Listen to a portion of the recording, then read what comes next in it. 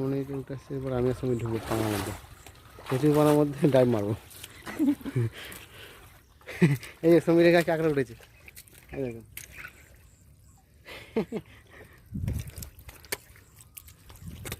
পুঁটি মাছের মতো রুই মাছ নেই তো আবার।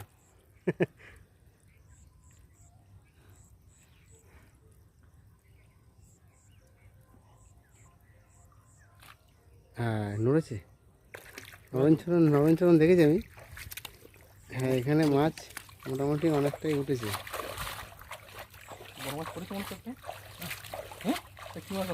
পুঁটি মাছ, পুঁটি মাছে লাভ আছে। এই পুঁটি মাছ, নদীর পুঁটি মাছ মানে টেস্ট খুবই সুন্দর হয়।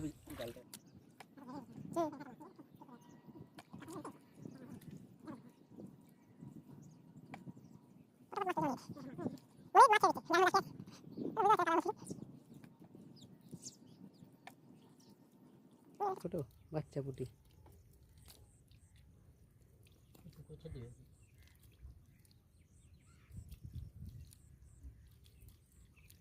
আর নেই মনে হয়েছে। এই পুঁটি মোটামুটি হয়েছে, অনেকগুলোই হয়েছে। জেলে পরিবর্তন হয়েছে, দেখা যাক এবারে কি মাছ ওঠে।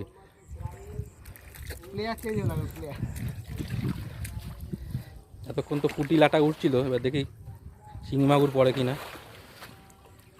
এই যে বড় বড় প্যানাগুলো সরিয়ে ভেতরে জাল দেওয়া হবে।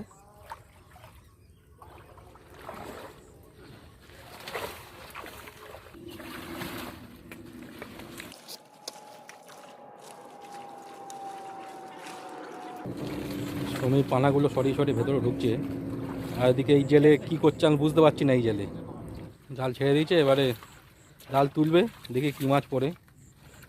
পুঁটি ছাড়া তো কিছু পড়বে না, সে সবাই জানে। হ্যাঁ পুঁটি মাছ ছাড়া তো কিছু পড়বে না, তাও দেখা যাক।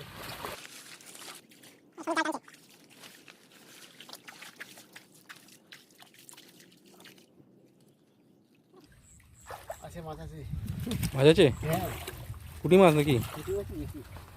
যাক তাও পড়েছে পুঁটি মাছ। ও এখন ফাইটার মাছ দেখে নিয়েছে, ব্যাস ওই মাছটা নেওয়ার জন্য এখন আমাকে বলছি ধর ধর ধর, ব্যাস হয়ে গেল। তুই তো ফ্রিডম ফাইটার হয়ে গেলি। দে মরে যাবে তো, এই বলছিস ফাইটার আর বলছিস কাট কই। এবার বার দিয়ে একটু জাল দেওয়া হচ্ছে, যদি কিছু চিংড়ি মাছ পড়ে দেখা যাক।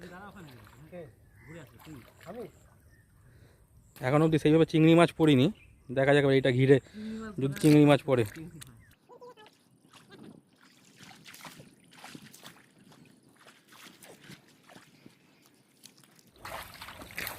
আজকে মাছ তো সেই মাছ ধরা হচ্ছে,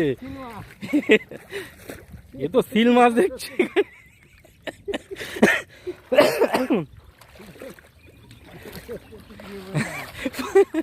পুঁটি মাছ ধরতে এসে সিল মাছ নিয়ে আমার বাড়ি যাবো। তেলাপিয়া, তেলাপিয়া, এই তো বেরিয়ে গেল মাছ, বেরোচ্ছে মাছ। এইখানে গলান দিতে হবে। পড়েছে, অনেকগুলো পড়েছে, বড় বড় পুঁটি পড়েছে।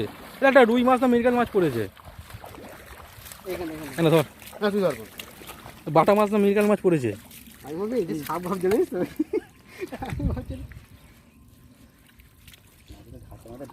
হ্যাঁ এদের একটা বাটা মাছ না মৃগেল মাছ পড়েছে। এই তো বাটা মাছ,